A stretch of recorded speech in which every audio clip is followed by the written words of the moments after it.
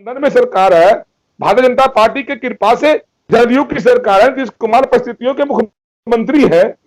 आदरणीय सुशील मोदी जी नीतीश जी के पक्ष में खड़ा रहे, पता नहीं चलता था कि ये भारतीय जनता पार्टी के लीडर है या जदयू के लीडर है।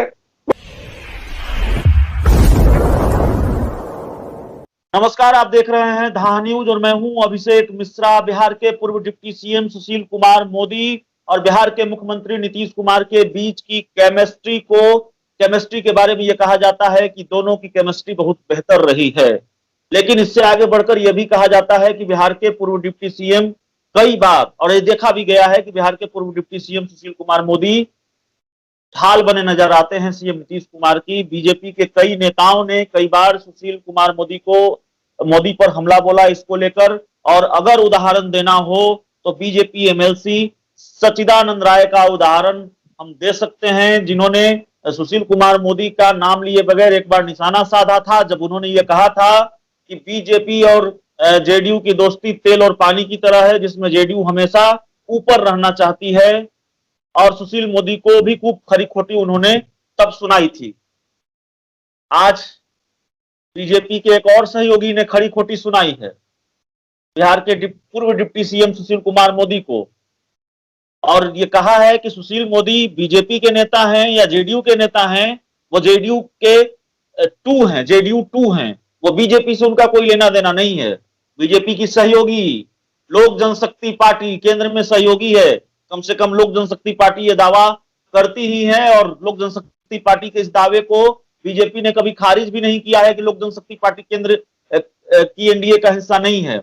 तो संजय पासवान है हमारे साथ, पार्टी के प्रदेश प्रधान महासचिव, और संजय पासवान जी का एक ट्वीट आया, एक बयान आया, जिन्होंने लिखा अपने ट्वीट में, आपकी स्क्रीन पर वो ट्वीट है, साफ तौर पर आप देख सकते हैं। संजय पासवान लिखते हैं कि सुशील कुमार मोदी बीजेपी के नेता हैं या जेडीयू के नेता हैं, समझ में नहीं आता। वो हमेशा नीतीश कुमार की तरफदारी करते रहते हैं, उनका बीजेपी से कोई लेना देना नहीं है, वो जेडीयू नंबर 2 हैं। तो इस पूरे मामले पर बातचीत करने के लिए संजय पासवान जी खुद हमारे साथ जुड़े हुए हैं। संजय जी, बहुत स्वागत है आपका और बहुत धन्यवाद कि आपने वक्त दिया इस वर्चुअल इंटरव्यू के लिए।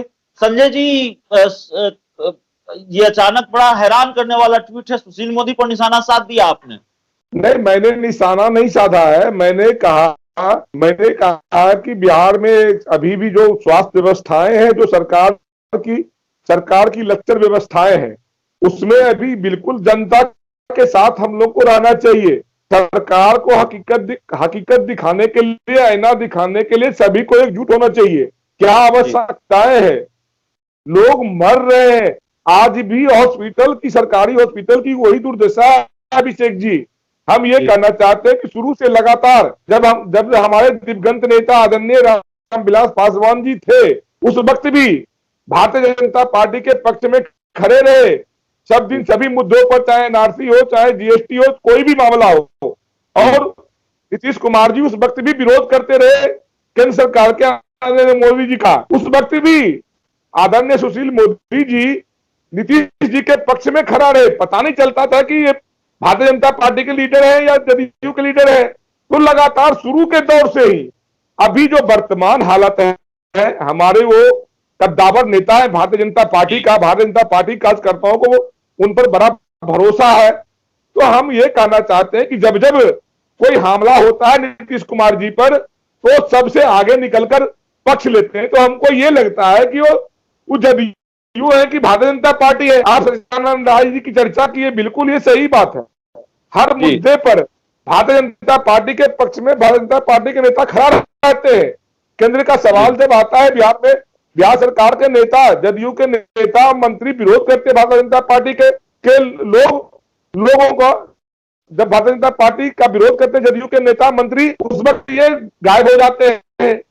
जब जदयू पर हमला होता है तो इनका पक्ष लेके खड़े हो जाते हैं। तो मैं सीधे शब्दों में कहना चाहता हूं कि वर्तमान हालत जो बिहार का है, मैं किसी पर कटाक्ष नहीं किया, मैं सिर्फ आईना दिखाने का कोशिश कर रहा हूं। जो वर्तमान हालत है अभिषेक जी, किसी ने माँ को, किसी ने बहन को, किसी ने पिता को, किसी ने दोस्त को खो दिया। आप कल टीवी पर देख रहे थे, अररिया में 9 एम्बुलेंस आज भी पड़ा हुआ है।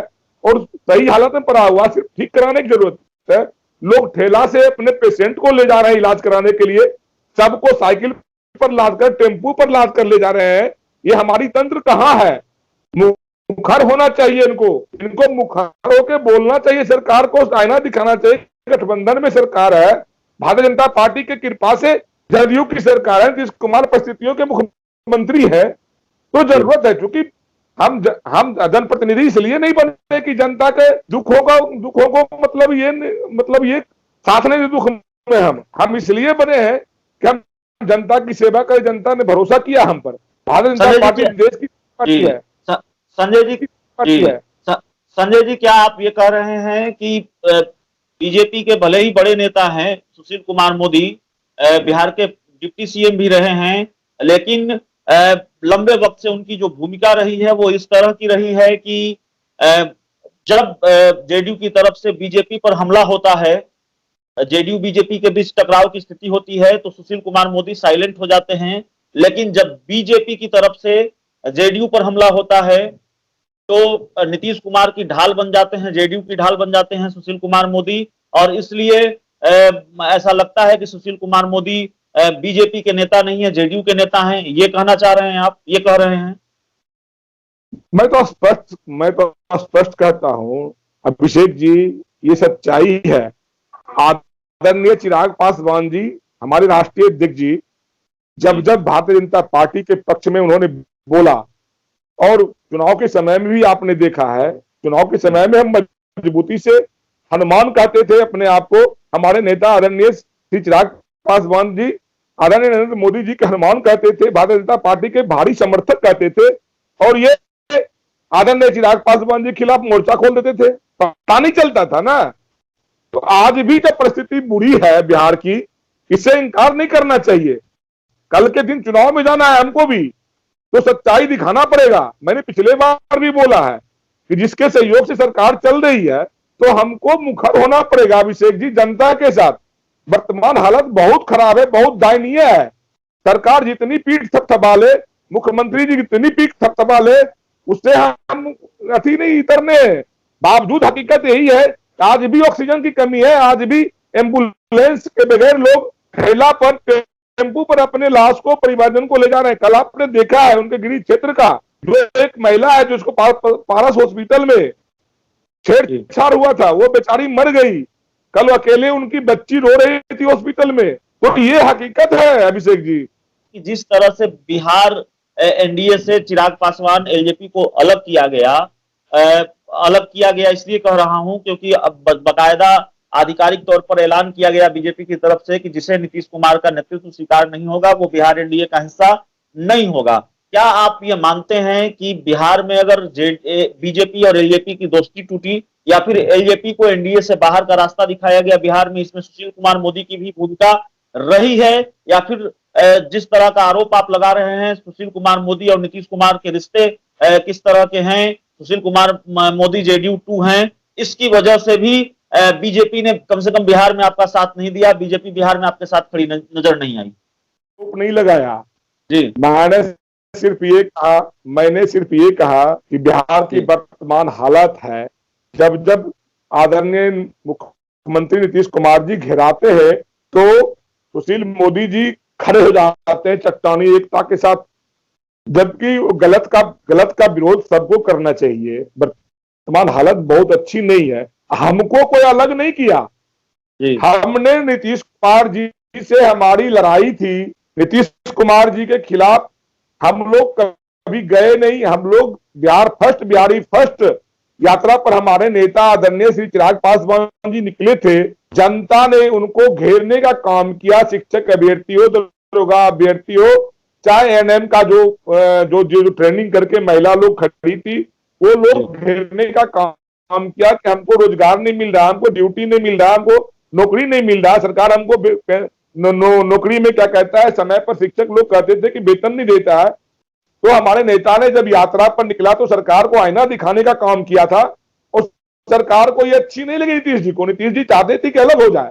हमने भी संकल्प लिया, हमारे नेता ने संकल्प लेकर सरकार को आईना दिखाने के लिए चुनाव के मैदान में गए। ये बड़ी दुस्साहस की साहस हमारे नेता ने साहस दिखाकर चुनाव के मैदान में गया और अपने पार्टी के ताकत का एहसास कराया कि हमारी क्षमता ये है।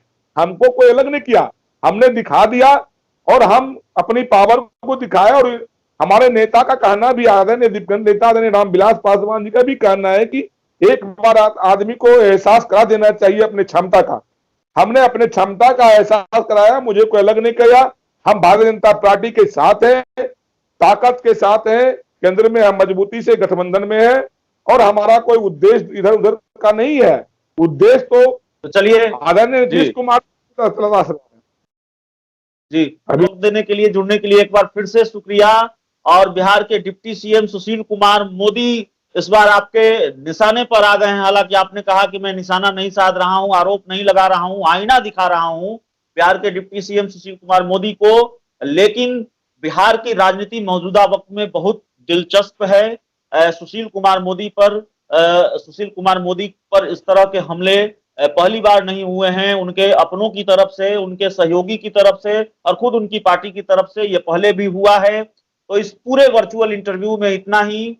संजय पासवान, लोक जनशक्ति पार्टी के राष्ट्रीय प्रधान महासचिव, माफ कीजिएगा, प्रदेश प्रधान महासचिव हमारे साथ जुड़े हुए थे। Thank you.